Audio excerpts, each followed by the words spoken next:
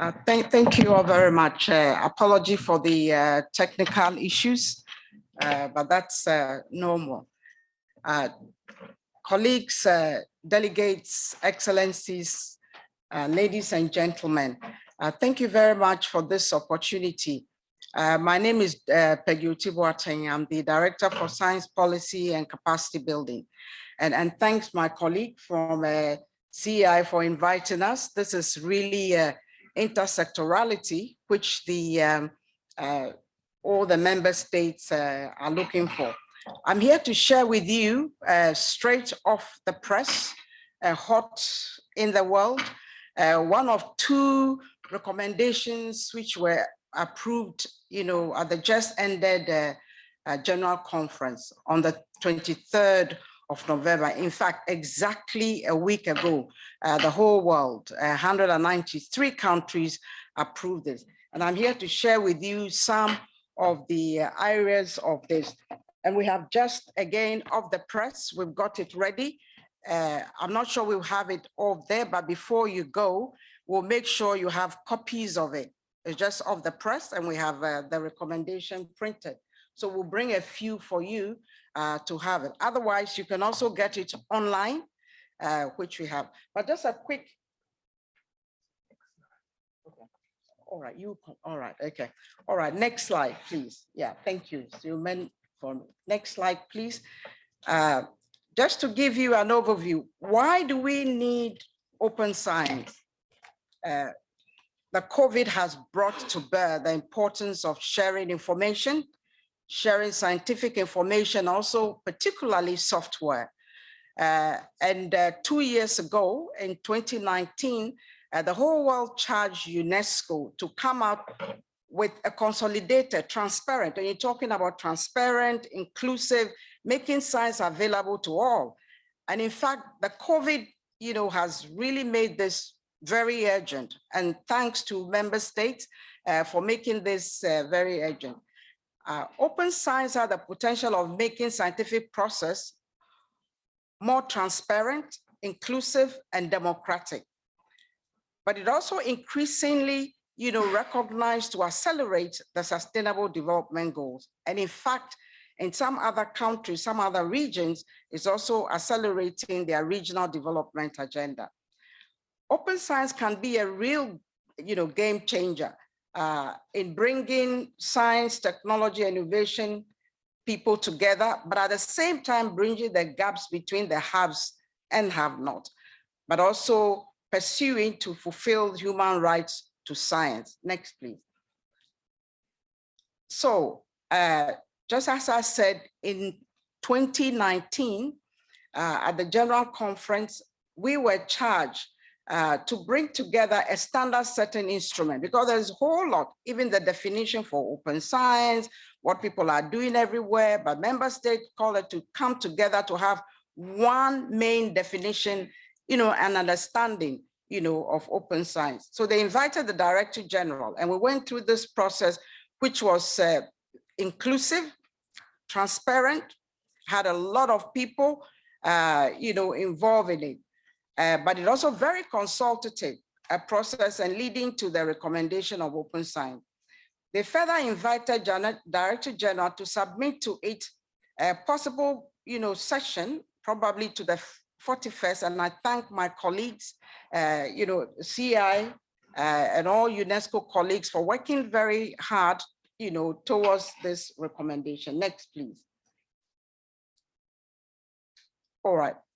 What is this recommendation? What is the process? And I'm sure maybe some of you were involved in it, but what we did was to establish an international open science advisory committee globally. There were 30 people, but included scientists, software designers, technologists, decision makers from all over the world, and also supported by open science partnerships.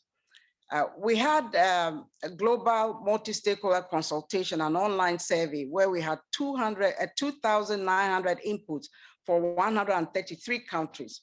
We also had many regional consultation from the Arab region, Africa, Europe, and also had some partners. The EU were very strong, the African Union, Latin America, Asia groups were also very, particular in this.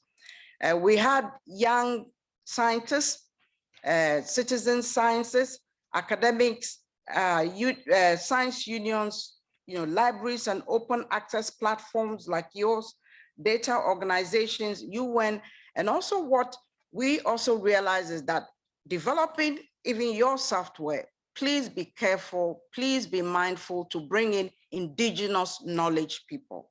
We need to have indigenous people involved in this. And also, we also had intergovernmental negotiations, with legal and technical experts of 100 countries and adopted the draft recommendation on May 2021. So you can see there's a whole lot, of consultative process. So we can say this open science recommendation is for all of us. Yeah, it was adopted, on the 23rd of November, as I said, by standing ovation and applause. You should have been in the room. Next, please. So what is this open science? All right. The draft recommendation, has, specific areas. It has the definition. So we came up with a common definition, set of values and principles, set of actions conducive to fair and equitable operation of open science. Next, please. So the definition, next, please. So we had 4 pillars of the open science.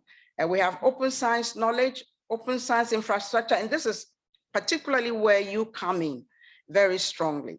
We have open science engagement with societal actors and open science dialogue with different knowledge systems. Next, please. Open science, knowledge systems.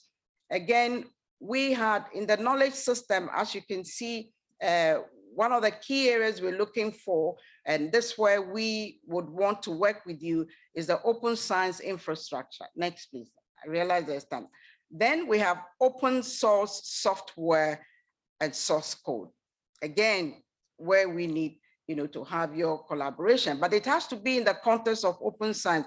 When open source code is a component of research process, enabling use and reuse. So I was happy to see that you have really articulated the reuse.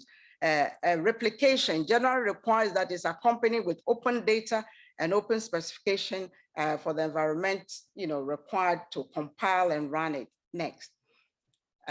Then this is very important, and many articulated this. We need to have values and the principles of open science.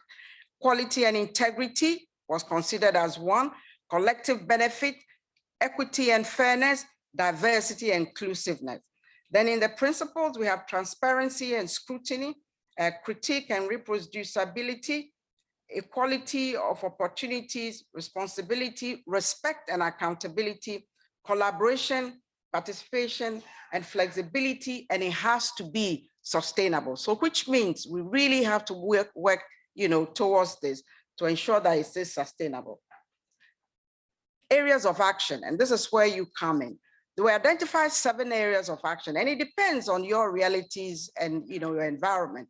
But the 7 areas of action that were identified is that we need to develop an enabling policy environment. And we also need to promote a common understanding of the open science. We need to foster a culture of open science.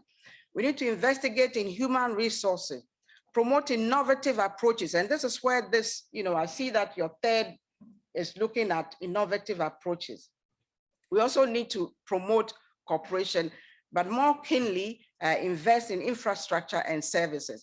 And again, you can see that there's a disparity around the whole world, but then that's why we need collaboration between the North, South, South, South collaboration is what we really want. Next. Then key challenges, there are many challenges, but one of the key ones that we identify is that we need to bring up everybody to a certain level. And that's why we need to have capacity building. We also need to ensure that open science incorporates the values and principles as outlined in the recommendation, and that open science should be shared. And then we also to ensure that it is fair, and also ensure that it is equitable and the data and knowledge can also be extracted. So in a nutshell, I know we're rushed, but we have this presentation ready, and we'll ensure that you have some of these copies. This is where we would want you, as you design, as you discuss this, your software, you would also want to put this within the context of open science, because it is, imperative. We cannot stop from making scientific information, data, software available, and make sure that everybody gets, what we want. Thank you very much for your attention.